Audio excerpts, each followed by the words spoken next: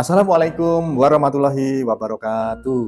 Kembali lagi bersama saya Galuh Wirantono, calon guru penggerak angkatan ke-9 dari Kabupaten Malang. Pada kesempatan kali ini kita akan bicara tentang dilema etika dan rujukan moral. Dua hal ini memang sangat menarik dibicarakan karena memang ini adalah persoalan-persoalan yang cukup aktual dalam dunia pendidikan dewasa ini.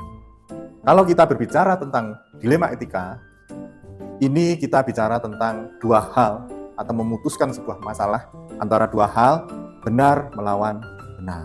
Jadi sama-sama benar, hal itu harus kita putuskan atau memilih dari salah satu putusan tersebut. Pada kesempatan kali ini kita atau saya akan mewawancarai kepala sekolah dan juga ketua gugus pada sekolah kami, di mana beliau sering terkait dengan pengambilan keputusan dengan mempertimbangkan nilai-nilai kebajikan sebagai seorang pemimpin. Selamat menyaksikan. Assalamualaikum warahmatullahi wabarakatuh. Waalaikumsalam warahmatullahi wabarakatuh. Bu Sumiarsi, bagaimana kabarnya Ibu hari ini? Alhamdulillah sehat. Panjenengan sendiri bagaimana Pak? Alhamdulillah sehat Bu. kan? Alhamdulillah sehat. Amin. Hari ini kita akan melakukan wawancara Ibu, Iya, monggo. atau bincang-bincang Iya. sama Bu Se, nanti terkait dilema etika atau rujukan moral, Iya. seperti itu. Pastinya Bu Se selaku kepala sekolah pasti banyak sekali menemukan atau memutuskan yang berkaitan dengan dilema etika, seperti itu Bu. Iya. Jadi pengambilan keputusan ini pasti banyak sekali terjadi di kepala sekolah ya. Mana Ibu sebagai selaku kepala sekolah. Seperti itu Ibu. Iya. Untuk pertanyaan yang pertama Bu, bagaimana cara Ibu atau mungkin Ibu mengidentifikasi kasus-kasus yang merupakan dilema etika atau rujukan moral itu yang seperti apa? Baik, terima kasih Pak Galuh. Memang benar apa yang panjenengan sampaikan. Sebagai kepala sekolah itu kadang kita itu ibaratnya menekan perasaan berkaitan dengan kasus-kasus yang berhubungan dengan etika maupun rujukan moral. Memang langkah saya sebagai pimpinan, terkadang saya memang dihadapkan pada kasus-kasus yang berhubungan dengan perasaan tadi, atau mungkin dihadapkan langsung dengan yang namanya peraturan atau hukum. Di situ yang memang saya alami, terjadilah yang namanya dilema etika untuk bisa mengambil keputusan di mana keduanya itu benar semuanya. Nah, begitu Pak Galuh. Jadi seperti itu ya Bu ya. Terus untuk pertanyaan yang kedua, iya, Pak. Bagaimana Ibu menjalankan pengambilan keputusan pada saat di sekolah, terutama kasus-kasus di mana kedua kepentingan ini sama-sama benar atau mungkin sama-sama mengandung nilai kebajikan. Ya, baik. Apalagi di dalam mengambil kebijaksanaan dengan dua kasus yang sama-sama benar. Di sini saya bisa jadi terjebak. Tetapi di situ saya harus banyak menguras pikiran, harus menimang-nimang yang sekiranya banyak nilainya yang positif. Kenapa tidak? Jikalau itu berdasarkan orang umum itu adalah benar. Saya harus bisa ambil keputusan tersebut. Akan tetapi beda halnya bila mana ada keputusan-keputusan itu yang berkaitan dengan hukum, yang mana saya harus berpatokan di situ. Barangkali itu yang bisa saya lakukan Pak Galuh. Jadi harus berpikir keras untuk menimang, untuk memilah-milah sekiranya mana yang lebih banyak mengandung nilai yang positif. Gitu Pak. Jadi kedua-duanya sama benar. Sama-sama benar. Jadi harus benar-benar memilih ya Bu ya. Iya, menimbang mana yang lebih baik dari semuanya itu. Untuk selanjutnya Bu, kira-kira langkah-langkah atau prosedur apa saja yang Ibu lakukan selama ini dalam mengambil sebuah keputusan di dalam dilema tersebut Ibu? Baik Pak Galuh, saya sebagai pimpinan di sekolah sini termasuk atasan panjenengan, paling tidak saya harus berkomunikasi dengan cara bagaimana? Dengan cara mungkin saya melakukan pendekatan ke panjenengan, sekiranya itu saya perlu bermusyawarah dengan panjenengan untuk melakukan langkah-langkah yang sekiranya tepat, atau mungkin jangan apa itu nggih, kok hanya saya saja Bu, ada yang lain. Jadi dengan banyak pertimbangan dari pimpinan Bapak Ibu guru, mungkin di situ nanti saya bisa mengambil langkah untuk kedepannya. Tidak terlepas saya harus melakukan komunikasi, karena dengan komunikasi akan meminimalisir yang namanya miskomunikasi atau meminimalisir hal-hal yang tidak kita inginkan, gitu Pak Galuh. Ya, jadi menurut Ibu dengan cara komunikasi ya Bu ya. Ya, jadi dengan komunikasi tadi akan meminimalisir miskomunikasi itu. Menarik sekali Bu sih pada hari ini. Ya, alhamdulillah. Mudah-mudahan ini juga nanti menjadi masukan untuk panjenengan. Oh iya. Saya berharap begitu. Kan nggih?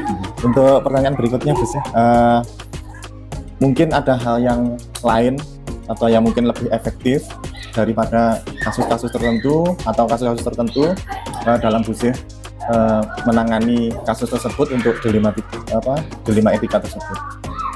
Baik, untuk menangani kasus yang berhubungan dilema etika tadi, yaitu yang berkaitan dengan perasaan, yang mana kedua-duanya sama benar. Oleh karena itu, saya perlu yang namanya melakukan langkah menurut saya yang lebih efektif, yaitu kasus-kasus yang utamanya yang tertentu yang harus saya selesaikan dahulu, yang sekiranya barangkali itu berhubungan dengan pelanggaran atau hukum, di mana kita sebagai pendidik, pengajar juga ada kode etik untuk kita sebagai pendidik atau pengajar di situ. Jangan sampai kita melakukan pelanggaran dari kode etik yang sudah tertuang, apalagi terpasang di kantor ruangan kita ini.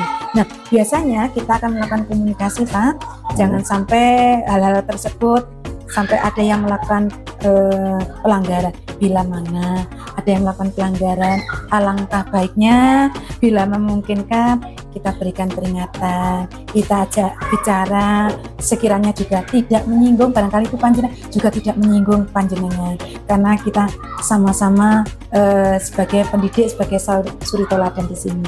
Gitu Pak Galuh ya. Ya Bu. Untuk berikutnya, jadi memutuskan masalah itu pasti ada tantangan-tantangan tertentu ya Bu ya. Iya. Jadi mungkin apakah ada kira-kira tantangan-tantangan dalam pengambilan keputusan pada kasus-kasus tersebut itu? Yang jelas tantangan itu ada Pak Galuh. Apalagi saya sebagai pimpinan di sini tidak hanya 1-2 orang, sebagai rekan kerja kami di sini, kami ada banyak rekan kerja di mana beliaunya semua adalah mengampu di tugasnya masing-masing sesuai tupoksinya. Oleh karena itu kita perlu melakukan pendekatan kepada beliaunya yang memang bermasalah tersebut, dan tidak terlepas ada tantangan-tantangan tersebut, kami atau saya ini punya partner yang sekiranya bisa kita ajak berkolaborasi untuk sharing bagaimana dengan salah satu teman ini yang melakukan pelanggaran. Yang jelas jangan sampai nanti mencederai nama baik pribadi daripada yang melakukan pelanggaran tersebut, dan juga sampai menjatuhkan nama baik sekolah. Sebisa mungkin untuk melakukan hal ini yaitu kita lakukan komunikasi, terus juga tantangan-tantangan tersebut yang sekiranya itu riskan, boleh dikata begitu, paling tidak sebagai pimpinan saya tetap harus melangkah, semuanya itu demi kebaikan kita semua. Begitu Pak Galuh nggih. Iya Bu, jadi seperti yang dikatakan Ibu tadi, ada partner juga, mungkin komite atau mungkin guru-guru tersebut atau mungkin senior dari guru-guru tersebut, mungkin seperti itu ya. Terus seperti yang Ibu tadi katakan, apakah dalam mengatasi masalah itu memiliki jadwal tertentu untuk menyelesaikan masalah tersebut, atau mungkin langsung diselesaikan, atau mungkin ada prosedur-prosedur, nah, mungkin bisa dijelaskan. Kalau untuk saya pribadi jadwal tidak perlu ada Pak Galuh. Bila memang ada rekan-rekan yang ada di sini melakukan pelanggaran atau bertolak belakang dengan apa yang saya harapkan, paling tidak saya harus mengajak beliau untuk berkomunikasi, kemudian juga tidak kalah penting karena tadi tidak terjadwal, kita ajak duduk bersama menyelesaikan masalah yang ada. Kalau terbentur hanya saya saja, seperti yang saya sampaikan tadi, ada partner, seperti ada beliau yang senior, yang artinya yang sudah lama di sini, walaupun usianya masih muda, barangkali bisa memberikan masukan yang sekiranya untuk perbaikan yang positif. Dan juga barangkali juga mungkin ada partner selain teman Bapak Ibu guru yang dari sini, ada beliaunya ketua komite, mungkin sedikit banyak saya harus sharing dengan beliau langkah-langkah yang terbaik untuk yang harus saya lakukan apa. Semuanya demi kebaikan di sini.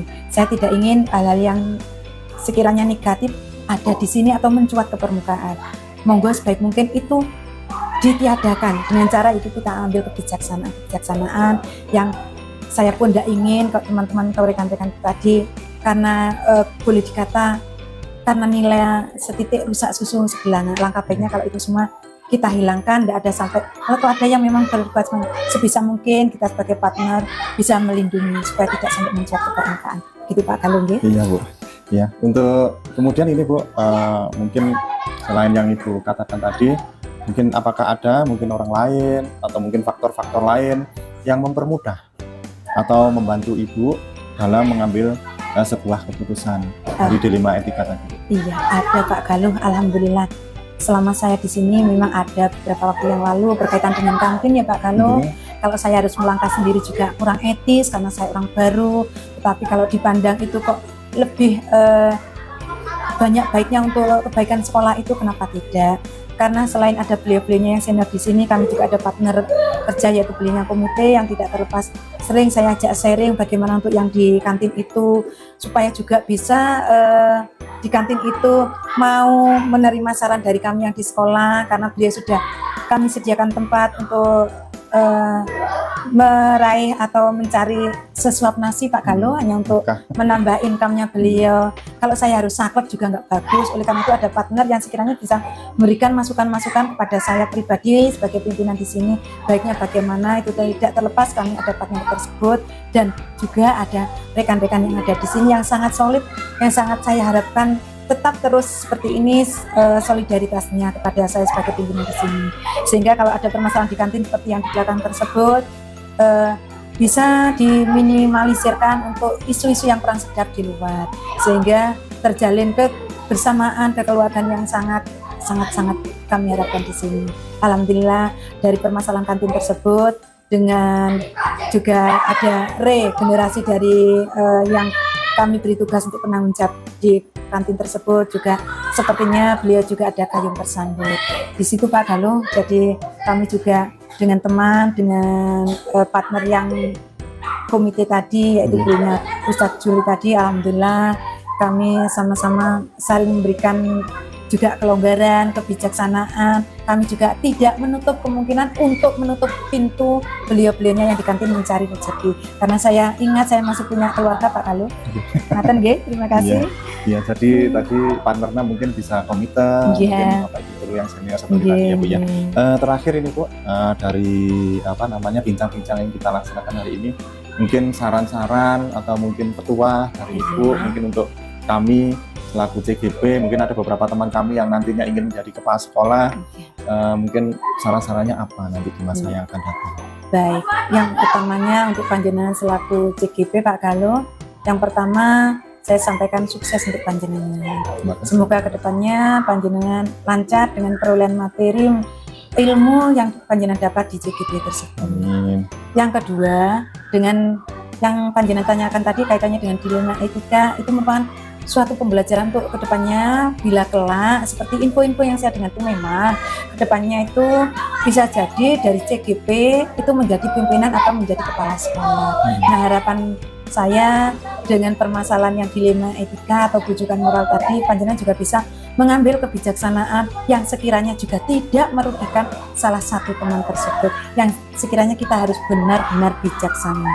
Dan yang tidak kalah penting Pak Galuh, mungkin dengan panjenengan sebagai CGP nanti ke depannya memang perlu ada regulasi, di mana regulasi kepemimpinan itu diambil dari panjenengan yang memang banyak mengenyam pengetahuan-pengetahuan lewat kolaborasi panjenengan di CGP bersama pengajar prakteknya, dan dengan CGP yang lain. Di situ panjenengan banyak mendapatkan ilmu-ilmu yang manfaat. Mudah-mudahan kelak juga bila panjenengan belum diangkat menjadi CGP, bila masih di sini tetap gerakkan terus teman-teman yang ada di sini, jangan bosan-bosan, panjenengan tetap mengajak untuk teman-teman yang belum masuk CGP atau belum daftar untuk dimotivasi terus, karena semuanya itu dapat pahala tersendiri. Tetapi dengan catatan jangan bosan-bosan, walaupun ada yang acuh tak acuh, ya itulah namanya kita di dalam forum. Ada yang namanya ya kita teman, ada yang peduli, ada yang sudahlah, ada yang oke Pak siap, kenapa tidak, aku juga mau ingin seperti panjenengan. Begitu Pak Galuh, pesan saya kepada panjenengan, sukses tentunya panjenengan dapatkan dan dapat penghargaan yang mungkin setinggi-tingginya dari CGP yang panjenengan ikuti. Mohon maaf Pak Galuh, manakala ini tadi bincang-bincang panjenengan dengan saya ini, saya banyak omong, banyak sekiranya ucapan yang kurang sopan pada panjenengan, saya mohon maaf yang seikhlas-ikhlasnya. Itu yang kiranya perlu saya sampaikan kepada panjenengan. Sekali lagi selamat dan sukses untuk panjenengan di ending-ending terakhir ini panjenengan dalam mengikuti giat CGP. Itu Pak Galuh, terima kasih nggih. Baik Bu, kami ucapkan terima kasih juga sama-sama Pak atas supportnya, mungkin petuahnya atau pesan-pesannya.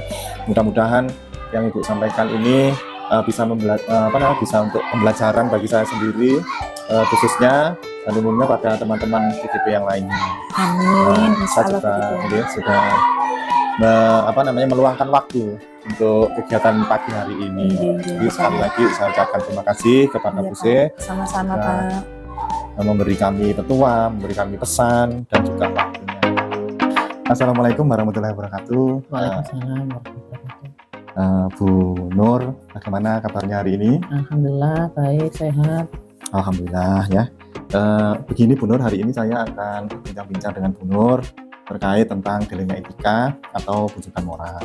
Pastinya Bu Nur selaku ketua KKG ya di wilayah kita ini pasti seringkali memutuskan sebuah masalah yang berkaitan dengan dilema etika. Ya, untuk pertanyaan yang pertama Bu Nur, bagaimana cara Bu Nur untuk mengidentifikasi kasus-kasus yang berhubungan dengan dilema etika atau bujukan moral? Saya akan berusaha menjawab sesuai kemampuan saya. Saya mengidentifikasi dengan cara adanya pendekatan komunikasi dulu, kemudian adanya klarifikasi, kemudian yang jelas tidak ada keberpihakan ya, keberpihakan dari saya pribadi. Setelah itu baru saya mengumpulkan dari beberapa unsur sekolah untuk mengklarifikasi masalah-masalah yang muncul yang ada di gugus kami. Oh, jadi seperti itu ya Bu ya.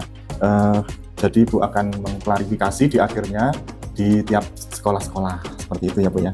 Terus selama ini bagaimana Bu Nur ini dalam menjalankan pengambilan keputusan pada saat di gugus, terutama untuk kasus-kasus yang di mana ada kepentingan yang sama-sama benar atau kepentingan yang mengandung nilai kebajikan? Ya, saya akan berusaha, itu tadi di awal saya sampaikan bahwa kita akan komunikasi dulu, kemudian mengklarifikasi, koordinasi dengan pengurus-pengurus inti yang ada di gugus, kemudian mengklarifikasi lagi di unsur-unsur sekolah. Nah, setelah itu kami mencari jalan keluar yang terbaik, yang jelas tidak merugikan pihak yang berkaitan, kemudian mencari jalan terbaik. Sekali lagi tidak ada keberpihakan dalam mengambil keputusan itu tadi. Ya, jadi tidak ada keberpihakan dari pihak manapun ya. Selaku ketua harus berada di tengah-tengah. Seperti itu ya Bu Nur ya. Berikutnya adalah bagaimana atau langkah-langkah atau mungkin strategi atau mungkin prosedur yang bisa Ibu lakukan dalam mengambil keputusan di sebuah masalah atau kasus yang berdilema etika tersebut Bu. Ya. Seperti yang sudah saya sampaikan di awal, ya, komunikasi sangat penting, kemudian klarifikasi juga sangat penting, kemudian menggali pendapat-pendapat dari unsur-unsur sekolah untuk menemukan jalan yang terbaik untuk mengatasi masalah tersebut, supaya tidak ada kekecewaan atau merugikan pihak yang satu atau yang lainnya. Seperti itu ya Bu. Jadi intinya komunikasi ya Bu ya. Jadi harus menjalin dan klarifikasi itu yang paling penting. Komunikasi dan klarifikasi. Baik. Nah, untuk pertanyaan berikutnya Bu Nur, mungkin ada hal-hal yang lebih efektif atau mungkin cara-cara yang lebih efektif dalam menangani kasus-kasus yang berdelima etika? Menurut saya hal-hal yang efektif dalam pengambilan keputusan adalah senantiasa menjalin dan menjaga keberpihakan melalui kebersamaan dan komunikasi dengan unsur pimpinan, terutama yang dapat memperkaya referensi kita dalam memutuskan kasus dilema etika tersebut. Itu yang bisa saya sampaikan. Seperti itu ya Bu. Jadi selaku ketua gugus, Bu Nur harus bisa berkoordinasi dengan pimpinan yang ada di sekolah tersebut yang mempunyai kasus tersebut. Seperti itu ya. Baik Bu Nur, untuk pertanyaan berikutnya, kira-kira dalam penerapan yang Bu Nur jelaskan tadi, kira-kira apakah ada tantangan mungkin dalam pengambilan keputusan pada kasus-kasus tersebut atau kasus-kasus yang mengandung dilema etika tersebut? Iya, terima kasih. Tantangannya jelas ada. Tantangannya pada tataran tersebut diantaranya bagaimana cara diri kita menyesuaikan terhadap keputusan yang sudah kita ambil yang tidak mungkin bisa memuaskan kedua belah pihak. Akan tetapi paling tidak kita bisa meminimalisir kecewaan dari kedua belah pihak karena proses pengambilan keputusan yang sudah ada dan dilakukan dengan melibatkan unsur-unsur yang relevan yang ada di sekolah tersebut.